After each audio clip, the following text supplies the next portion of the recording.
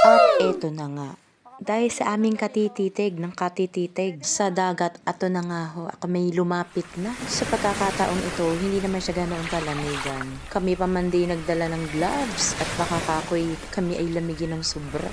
Hindi na nga lang ho namin dinalak na hawakan pa ang tubig na are. At alam naman na ho namin kung gaano kalamig ito.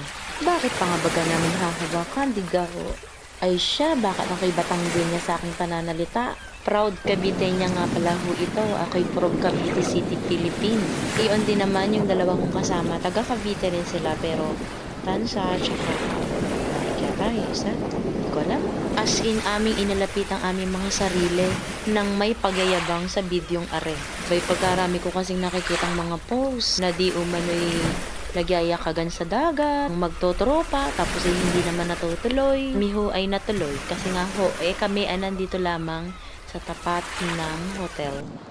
Pinanindigan po talaga namin ang maglakad sa tabi talaga, literal ng dagat. Dahil lang nga din sa hindi siya ganong kalamigan at pagkakataon na rin para kami ay makapamasyal. Sa amin po sa Cavite City, makakapunta lang kami ng dagat kapag alak o kaya tapos biglaan.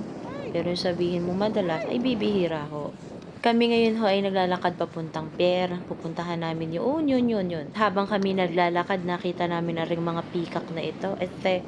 Seagull pala. Sorry naman. Nakikita nyo yung iba ay naka-floating lang sila doon sa may tubig.